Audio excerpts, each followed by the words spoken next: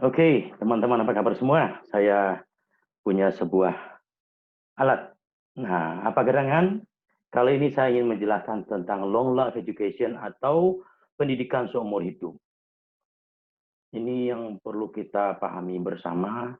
Sebetulnya pendidikan seumur hidup itu apa?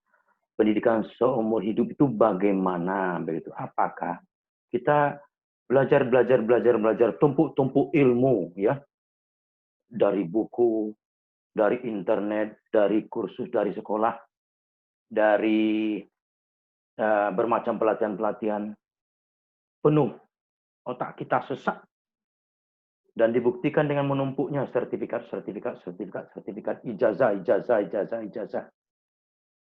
Apakah itu sebetulnya yang dimaksud dengan pendidikan seumur hidup? Oke, saya mengutip tulisan yang saya buat di dalam buku saya, judulnya Olah Sikap Ibu Segala Pelatihan, yaitu pendidikan adalah proses pembelajaran, pengetahuan, keterampilan, serta kebiasaan yang dilakukan semua individu, ya, dari satu generasi ke generasi. Jadi belajar terus, ya.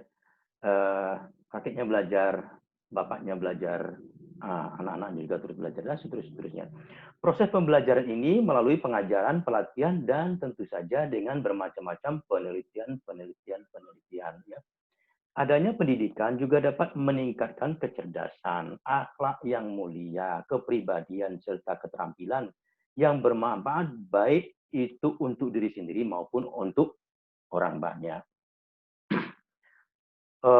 Proses pembelajaran kepada individu atau peserta didik itu diharapkan memiliki pemahaman terhadap sesuatu dan membuatnya menjadi seseorang manusia yang bisa berpikir kritis dan bermanfaat untuk orang banyak. Itulah kira-kira ya yang saya maksud dengan long life education di dalam buku saya.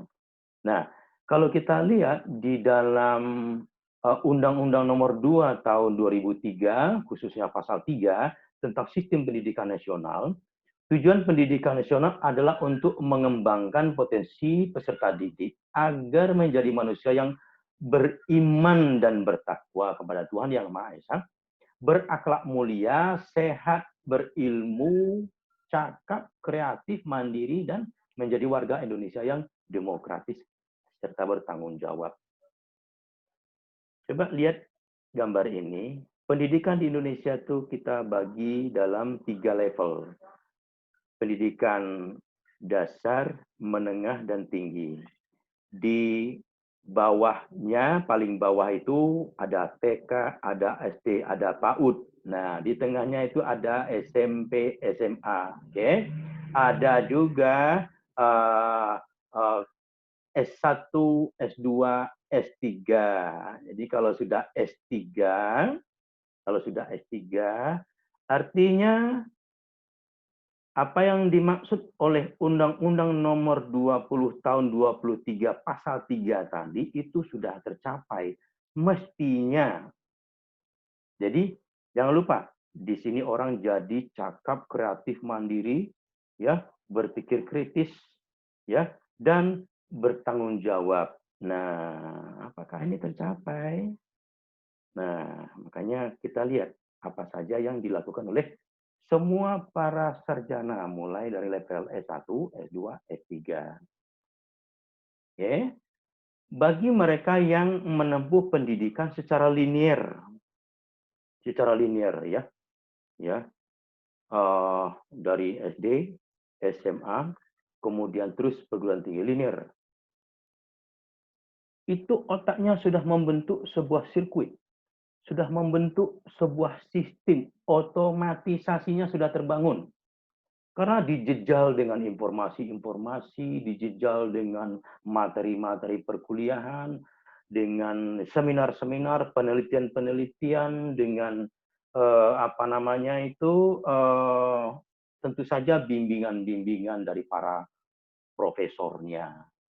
Ya, orang itu memungkinkan otaknya memang bekerja dengan baik, dengan benar, dengan sistematis.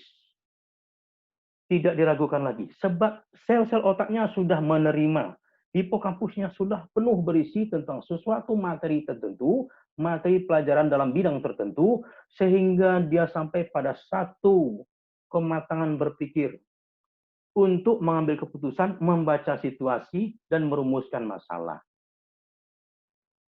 Itu kalau orang betul-betul menjalani pendidikan dengan cara yang benar untuk seumur hidup. Oke, seumur hidup. Ya. Nah, kalau kita balik, jadi seperti ini dia dibalik. Ini pendidikan kejuruan atau vocational. Nah, di sini kita mulai katakanlah pelajarannya mulai sudah menjurus dari awal, ya. Ah, teknisi, kemudian ahli media, ya, kemudian sampai kemudian spesialis, ya. Secara level mereka ini sama, akhirnya sama. Kalau sudah mencapai spesialis 2, spesialis 1, spesialis 2, sebetulnya tingkat kritis daya analisa, kemampuan mengambil keputusan itu sudah sama dengan doktor.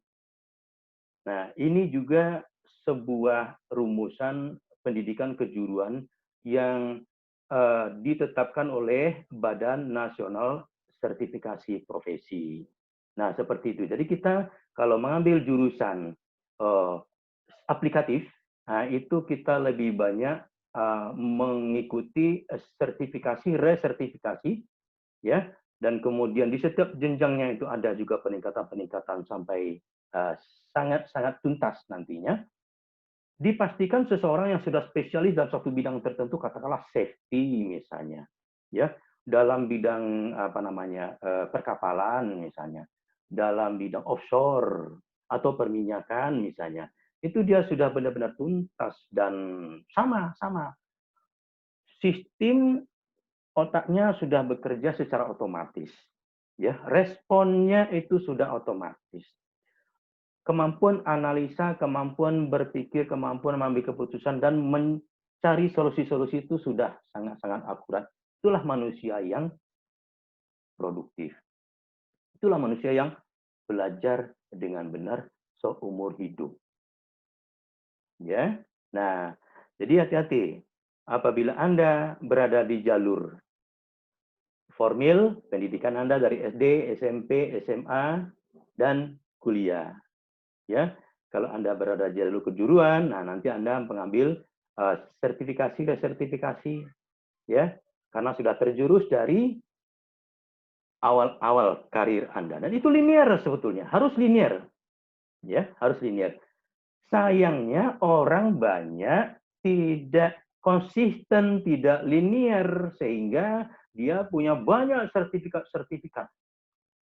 Karena adanya pemahaman yang salah tentang belajar seumur hidup. Saya boleh dong belajar ini, belajar ini, belajar ini, mumpung gratis, mumpung dipermudah, ya, mumpung ada kesempatan begitu. Nah, kalau itu yang terjadi, teman-teman, otak manusia itu bekerja itu secara bertahap, dikondisikan dengan baik, dikondisikan dengan berkelanjutan, dan terus-menerus. Sehingga dia peka terhadap satu bidang tertentu. Jangan heran apabila seorang dokter ahli bedah di usia di atas 70 dan 80 itu masih sangat akurat. Masih sangat akurat. Itu karena memang kemampuan kerja otaknya yang memang sudah otomatis tidak diragukan lagi. Oke. Itu buktinya ya. Nah, bagaimana dengan orang-orang yang tidak linear, kemudian dia banyak sertifikat, kemudian dia menguasai banyak-banyak pengetahuan di semua bidang, hampir semua bidang, koleksi sarjananya banyak, koleksi sertifikasinya banyak. Orang itulah sebetulnya yang tidak akan mendapatkan makna sebenarnya dari long life education, karena otaknya penuh sesak, penuh dengan ilmu-ilmu yang heterogen. Sehingga dia matang dalam banyak hal, tapi tidak pernah tuntas. Dia mengetahui semua hal, tidak pernah ketinggalan, selalu update diri, status-statusnya itu semuanya menggambarkan betapa lebarnya pengetahuannya, tidak dalam ya, tidak dalam ya, tapi lebar. Nah, lebar itu dangkal, teman-teman. Dangkal, teman-teman. Kita tidak boleh berharap banyak dari orang-orang yang seperti ini dalam menganalisa masalah, dengan merumuskan masalah, sampai kemudian menawarkan solusi-solusi itu tidak bisa. Makanya hati-hati. Ciri-cirinya adalah gelar-gelar yang berderet di belakang namanya. Apakah dia memiliki gelar yang formal berkombinasi dengan informal atau kejuruan tadi? Nah, itu juga harus menjadi perhatian kita. Kalau dia hanya memiliki koleksi sertifikat-sertifikat tergambar dari belakang namanya, itu orangnya tidak akan pernah bisa memiliki pola pikir yang benar, yang sehat, alamiah, dan tuntas. Tuntas. Ya. Nah, ini banyak sekali. Kenapa saya angkat ini cerita? Karena memang saya melihat sekali banyak orang-orang yang sudah termakan. Banyak pengikutnya, berjubel. Berjubel pengikutnya di belakang. Dan dianugerahi gelar-gelar yang macam-macam. Nah, saya melihat ini sebetulnya sesuatu yang, ya kembali kepada hukum pasar ya. Pemerintah tidak akan bisa menyetopnya, menghentikannya. Tapi selagi pasar menerima, pemerintah tidak bisa berbuat apa-apa. Tapi kalau sudah ada pengaduan, pembodohan yang dilaporkan oleh seseorang kepada pemerintah, baru nanti akan menjadi masalah. Sekarang sebelum benar-benar ada laporan, kenapa kita tidak waspada dulu terhadap materi-materi seperti ini? Oke, teman-teman ya. Jadi, saya katakan, dalam konteks olah sikap, kita menempatkan sikap pada tempatnya. Mulai dari pendidikan yang benar, baca buku yang benar, mentoring yang benar, pelatihan yang benar. Supaya hasilnya menjadi mahakarya gemilang. Supaya hasilnya menjadi sesuatu yang memang bermanfaat untuk diri sendiri dan orang banyak. Sesuai amanah Undang-Undang Nomor 20 tahun 2003, pasal 3 itu. Oke. Ya, jadi ketika sikap Anda tidak berada pada tempatnya, kemudian Anda pamer-pamer gelar kepada semua orang, itu akan terasa, akan terbaca. Pada level-level bawah mungkin tidak terasa, orang anggap Anda hebat. Karena kemampuan marketing, kemampuan menjual diri, kemampuan menghipnotis dengan bahasa-bahasa marketing yang fantastis, bombastis. Ya, kalau Anda sudah berada di level-level yang lebih tinggi, lebih tinggi, lebih tinggi, apakah Anda bisa diterima? Apakah Anda dianggap sebagai orang yang ikut menyelamatkan bangsa dan negara? Apakah sebetulnya Anda sudah ikut membodoh-bodohi masyarakat? Ya, oke. Nah, jadi kembali teman-teman, kapan kita bisa menyerap ilmu yang benar-benar kita butuhkan? Nah, ingat saya punya kerucut imajiner. Ya, dalam olah sikap kita perkenalkan sebuah kerucut imajiner. Ya, nah ini kecil sekali kerucut imajiner. Nah, jadi kerucut imajiner ini berfungsi untuk menampung ilmu pengetahuan, yang relevan, linear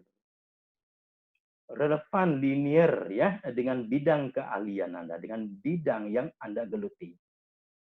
Ya, Anda bidang pertanian ya pertanian, Anda bidang mekanik ya mekanik, Anda bidang kedokteran ya kedokteran. Ya, Anda bidang manajemen ya manajemen, komputer ya komputer. Jadi semuanya yang linear dan relevan begitu. Nah, kalau Anda tidak memiliki alat seperti kerucut imajiner, terus bagaimana caranya? Bagaimana? Ya masuk semua ke dalam otak tanpa satu keahlian tertentu yang tajam dan tuntas tadi. Oke. Nah, begitu juga dengan Anda yang sudah terlanjur menyerap ilmu dan kemudian Anda tersentak, ternyata ini nggak benar, ternyata ilmu ini salah, ternyata ilmu ini tidak saintifik begitu. Semu begitu. Nah, dengan penuh kesadaran Anda tahu bahwa itu adalah kontraproduktif, Anda akan dengan otomatis nanti akan membuang di dalam sel-sel otak Anda. Bagaimana caranya? Sibukkan diri dengan materi-materi baru yang menyeimbangi materi yang sudah terlanjur tersimpan di dalam pikiran tadi, yang benar-benar sangat-sangat kontraproduktif. Ya, nah, terus kapan Anda bisa membedakan yang baik dan yang benar? Nah, inilah kalau Anda tidak melihatnya dari segi apa namanya sebuah sudut pandang kerucut imajiner, tidak bisa. Soalnya pasti enak, indah, dan sedap. Apalagi kalau pakai bahasa-bahasa marketing.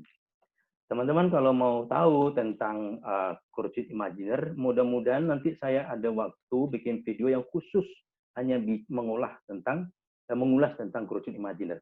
Sebelumnya di video sebelumnya sebetulnya ada. Ya, silakan cari, jangan bosan. Mudah-mudahan kita semua menjadi orang yang berilmu setinggi-tingginya dan tuntas untuk kemanfaatan bagi orang banyak. Ya, bukan untuk kepentingan ekonomi sesaat. Oke? Terima kasih, semoga bermanfaat.